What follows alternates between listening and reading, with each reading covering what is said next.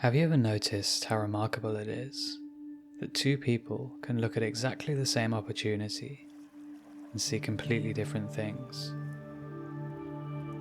One person thinks, I could never do that. The other thinks, why not? The opportunity is identical. The world hasn't changed. The only difference is the invisible limits each person carries around in their own mind. And the surprising part is, most of us never even notice those limits. We just call them reality. Imagine a dog that's fitted with an electric collar. At first, every time it walks beyond a certain point, it receives a small shock.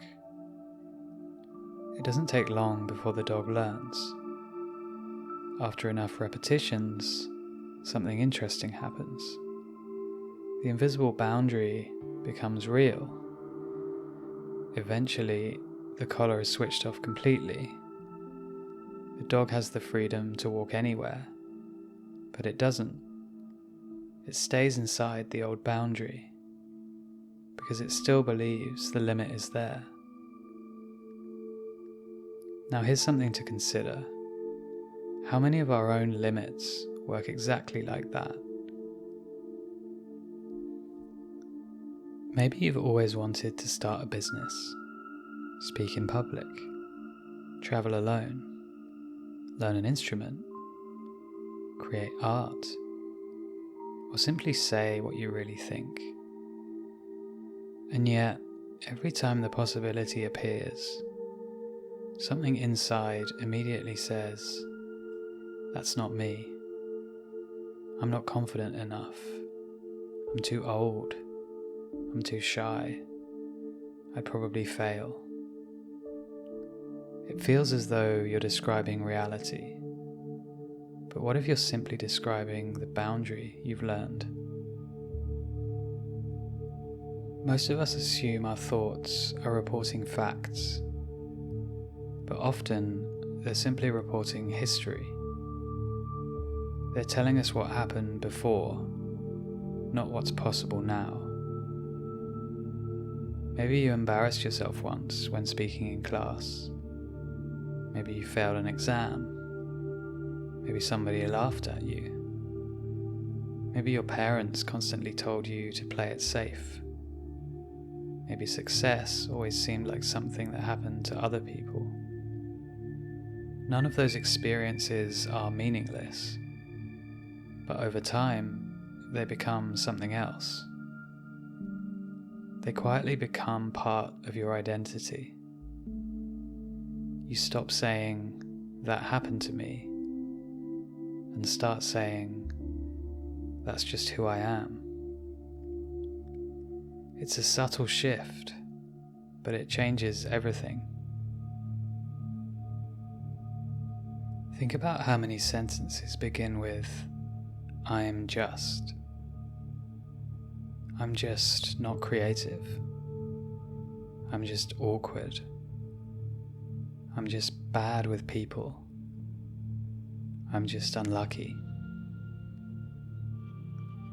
The word just makes it sound as though you've uncovered some permanent truth. But maybe you've only repeated the same story so many times that it no longer feels like a story. It simply feels true. One of the mind's most convincing habits is that familiarity begins to feel like reality.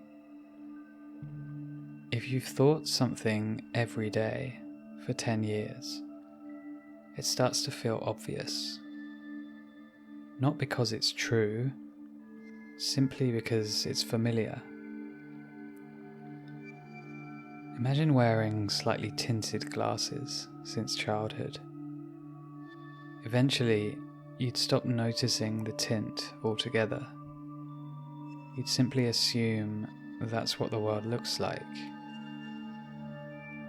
Our beliefs often work in exactly the same way. Now, This doesn't mean we should ignore reality. Some limits are real. None of us can suddenly become 7 feet tall or fly by believing hard enough. This isn't about pretending everything is possible. It's about recognizing that many of the limits we live by aren't physical at all. They're psychological. And psychological boundaries are surprisingly easy to mistake for reality. Here's a simple experiment. The next time you notice yourself thinking, "I can't do that," pause for a moment, then ask yourself, what exactly is stopping me? Try to be specific. Often you'll notice there isn't actually a wall.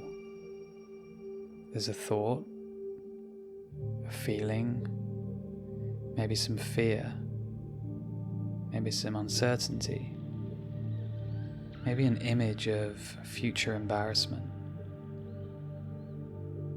None of those things are really rooted in reality.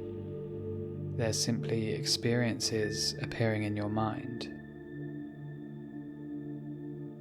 This is where we often make an understandable mistake.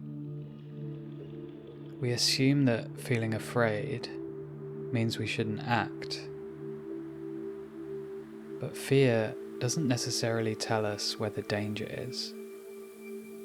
Sometimes it simply points to the edge of what's familiar. The dog feels fear at the invisible boundary, not because the electricity is still there, but because its memory is. And we do exactly the same thing. Think back to something that once terrified you. Making phone calls, driving, starting a new job, traveling overseas. Whatever it was, at one point it probably felt impossible. Now it barely crosses your mind. The world didn't change, the boundary did. Which means some of the things that feel impossible today may simply become tomorrow's ordinary. The mind loves predicting the future. It imagines rejection, failure, embarrassment, disappointment. Then it quietly presents those imaginations as evidence. And because those imagined futures feel uncomfortable, we stay where we are. Not because we know what would happen, but because we've mistaken imagination for certainty. So perhaps the question isn't, how do I become more confident? Confidence usually comes afterwards. Perhaps the better question is, which invisible fence have I stopped questioning? Which sentence about yourself has become so familiar that it now feels like reality? Which possibility have you quietly ruled out, without ever checking whether the electricity is still switched on? None of this means you'll never fail. You probably will. Everyone does.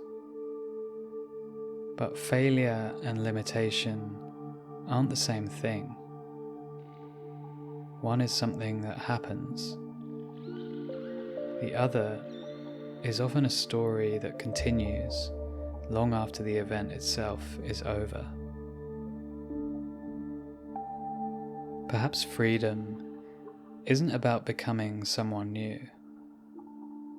Perhaps it's simply about noticing that many of the walls you've been living inside were never walls at all, just old thoughts, old memories, old conclusions, repeated so often that they started to look like reality. And maybe today, you take one small step beyond one of them, not because you're certain you'll succeed, but because you're no longer completely convinced the fence is really there. If you've enjoyed this video, please subscribe for more everyday problems reframed through a different lens. Thanks for watching.